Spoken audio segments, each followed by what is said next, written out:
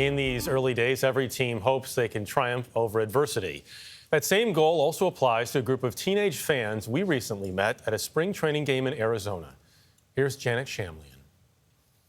It's fairly typical for players to show up at Rady Children's Hospital in San Diego to visit and comfort cancer patients. What's not typical is for those young patients to return the favor.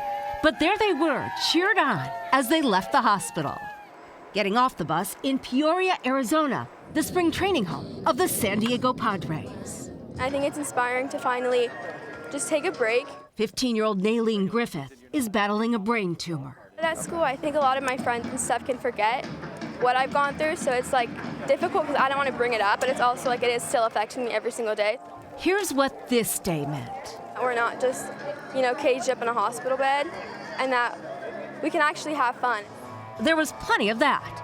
A behind-the-scenes tour, autographs, selfies, including from Padres superstar Manny Machado. Meeting Manny, it was so cool. Damian Lopez has battled a blood disorder since birth. Baseball has been a part of my life since I was 8, and it's gotten me through some pretty tough times. Go Padres! One player in particular hit a home run with the group. I think you guys are really brave. Padres pitcher Tim Hill spoke from the heart and from experience. I dealt with the similar things that y'all dealt with. In 2015, I had stage 3 colon cancer. Tim Hill ready. Here's the pitch and a swing and a miss. It's really inspiring. He beat cancer and he still continued doing what he loved. Encouraging to me. 2-2 hit up the middle, snagged by Hill. It helps me realize that there are other people in the world that go through the same thing I do, and they made a huge name for themselves, so I could do it as well. The day at the ballpark was an eye-opener not just for the patients, but also for one of their doctors, pediatric oncologist Jenny Kim. Just to see the smiles on their faces at some kind of an event like this in the hospital, there's not a ton of smiles. They're having either procedures or lab draws and things, but I don't get to see the kids necessarily being their normal selves outside of the hospitals. So for us, the medical people that come along, it's also a very priceless experience. These kids did get unique treatment, but joy came not because the day was special, because it was so delightfully ordinary.